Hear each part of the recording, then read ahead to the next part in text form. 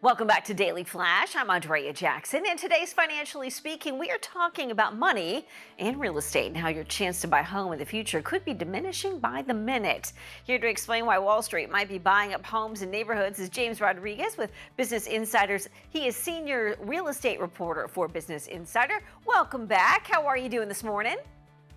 Thank you. I'm doing well. Thanks for having me. So let's talk about this. What's Wall Street doing when it comes to the housing market? Is it a single family home that they're buying up, or is it entire neighborhoods, or maybe a little bit of both?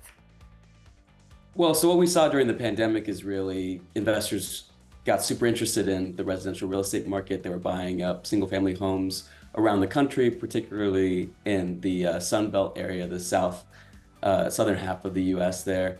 And recently I've been writing about this deal where they're not only buying up homes outright, but you also have a handful of investors that are offering these deals known as home equity investments, which is basically, we'll give you a lump sum of cash today.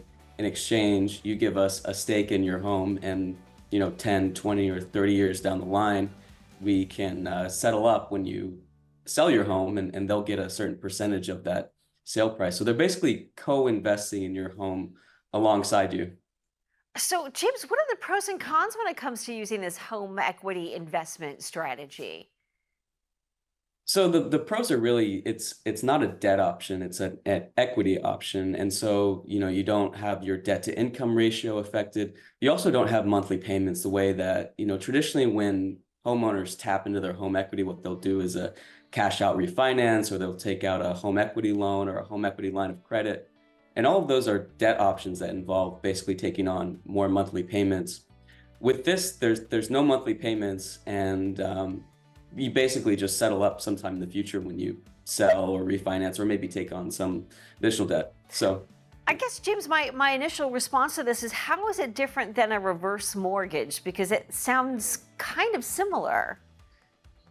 yeah, exactly. I mean, there are definitely some similarities there. There's no age restriction the way that reverse mortgages have. And kind of looking into the future, it can really, the amount that you end up settling up with the home equity investor can really depend on how much your home appreciates in the meantime. So there's kind of more variability there in terms of what you might actually end up paying back in the future.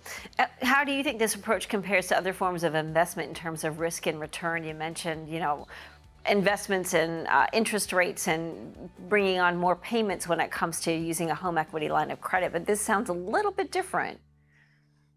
I mean, there definitely are some big risks here. I mean, you're giving up a pretty sizable chunk of your home's value sometime in the future. And so, the critics that I talk to of this investment basically say it's complicated, and homeowners might not really understand what they're giving up here. And so, that's something to consider is, you really don't know where home prices are going to be in 10 or 20 years. And if you have an investor who owns the 20% stake in your home, that could end up being a lot more than maybe you anticipated. Could you end up finding yourself sort of owing more than the house is worth at the end of the day? That seems like a possible scenario if the home values don't increase. So right now, what we see with investors who are working with homeowners on these types of investments, it's still a very niche product. And, the vast majority of homeowners with equity are going the traditional route with a HELOC Sure. or a home equity loan. I think what we're seeing here is that, I'm sorry, could you tell me, could you repeat the question there? Oh, we were just talking about, the pros and cons when it comes to choosing this kind of approach in finding new value in your home. And you were saying the cons, were that it's still kind of a new niche product, but any pros when it comes to this new approach to it? Yeah, exactly. So it's still a niche product, but what we see is homeowners who are going with this, they have an urgent need now for cash. So maybe they need to pay off a medical bill, they have some emergency costs, or maybe they just want to clear out other high interest debt that's really weighing them down, and they're stuck with all of these monthly payments. So in that respect, you get this lump sum of cash today, and you might be set without monthly payments for a little while. James, always great to talk to you. This was a fascinating topic. For more information on all things real estate, check out businessinsider.com. James Rodriguez.